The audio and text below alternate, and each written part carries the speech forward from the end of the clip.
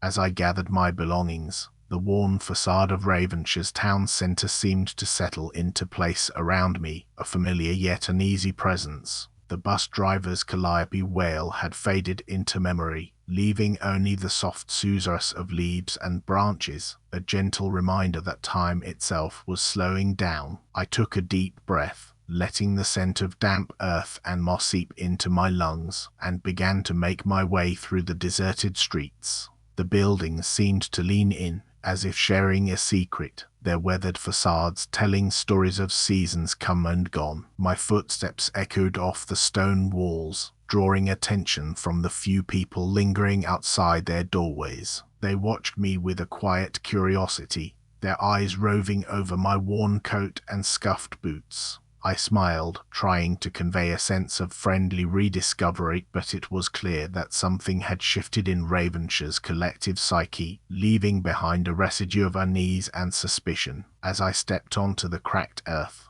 a faint scent of dampness and neglect wafted up, transporting me to memories long buried. The fields, once green and vibrant, now stood as empty expanses, their wildflowers having yielded to an unfamiliar stillness. The barns, those familiar sentinels of rural life, had given way to ruin, the wooden slats weathered, the doors hanging loose on hinges that seemed to scream in protest.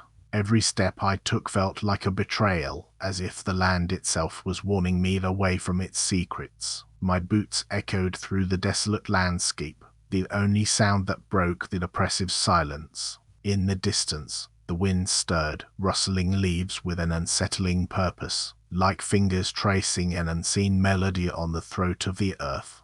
I wandered further, driven by a morbid curiosity, until I stood before the one building that refused to yield its secrets. Our old homestead, its windows empty, its door ajar, as if beckoning me inside. As I stood there, frozen in a mix of trepidation and morbid fascination, the snap of twigs gave way to an oppressive silence. The darkness seemed to hold its breath, as if it too was waiting for something or someone to stir. The night air vibrated with an almost palpable expectation, like the anticipation before a storm breaks. I felt a shiver crawl up my spine, not from cold but from the weight of that unblinking gaze upon me. It was then that I noticed the trees around our old homestead had grown taller, their branches twisting and reaching towards me like bony fingers. The moon cast an eerie glow on the scene, imbuing everything with an otherworldly quality that seemed to seep into my very pores. My thoughts began to unravel in a jumbled web of memories and unease.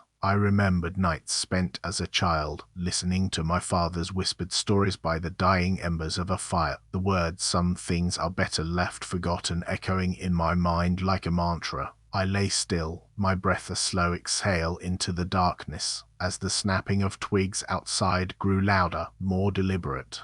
It was no longer just a restless animal, but something that wanted to be noticed, its gaze fixed on me with an unblinking hunger. I felt the weight of eyes upon me, like a physical presence that pressed against my skin. My hand trembled as I pushed aside the worn curtains, a sliver of moonlight casting an eerie glow over the room. The night air vibrated with tension, the scent of damp earth and decaying leaves hanging heavy over Ravenshire. In the stillness, I strained to discern any sound beyond the scratching, but it seemed to stop just as abruptly as it began. The silence was oppressive, a living thing that wrapped itself around me like a shroud.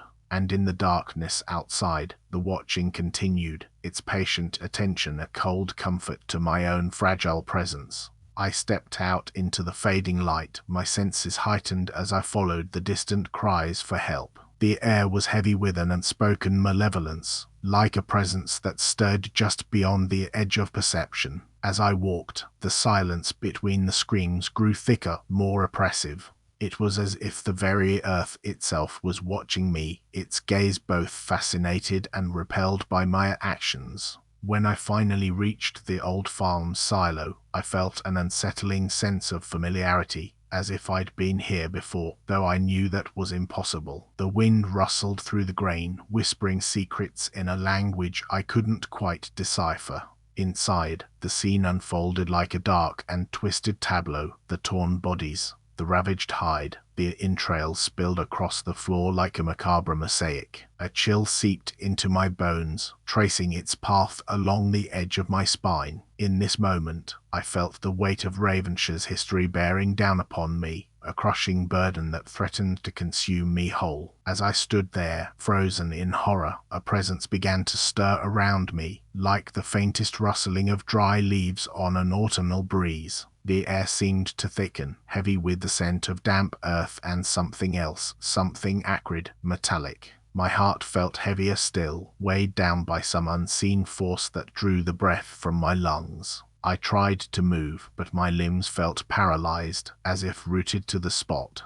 And then, a shape began to take form before me, its edges indistinct at first, like a faint outline drawn on a winter's day when the sun barely rises.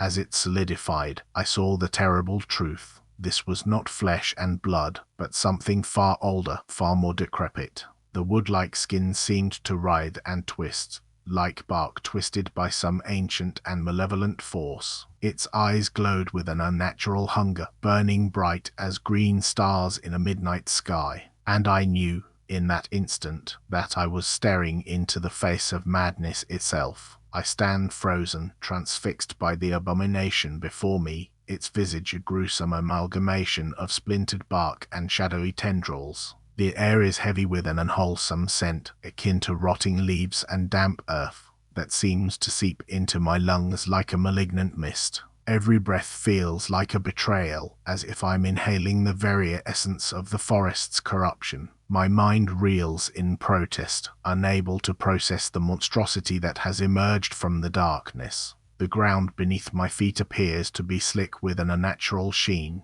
as if it's been anointed with some unholy oil. I strain to remember how I got here, but my memories seem to be shrouded in a tattered veil of confusion. The creature's eyes burn brighter, like twin lanterns guiding me towards some abyssal precipice. My limbs ache with a creeping numbness, as if the very marrow is being siphoned from my bones. It was only when my fingers closed around the familiar grip of my pocket knife that I realized, too late, what little strength remained to me. The cold, clammy sensation, an unshakable certainty settled in the pit of my stomach like a stone. Every movement, every breath, seemed to be drawn from it with equal, relentless efficiency. My gaze faltered as my mind wrestled to comprehend the nature of this torment, and I felt, once more, myself shrinking away from its inexorable pull. The last wisps of coherent thought disintegrated into fragments of dread as a face, features so indistinct they seemed to blur before my eyes like watercolors in the rain, leaned forward, its surface rippling with 1,000 tiny facets that glinted like frost in a cold moon's light. Thank you for listening. If this story found you in the dark, subscribe and turn on notifications. A new tale waits every night.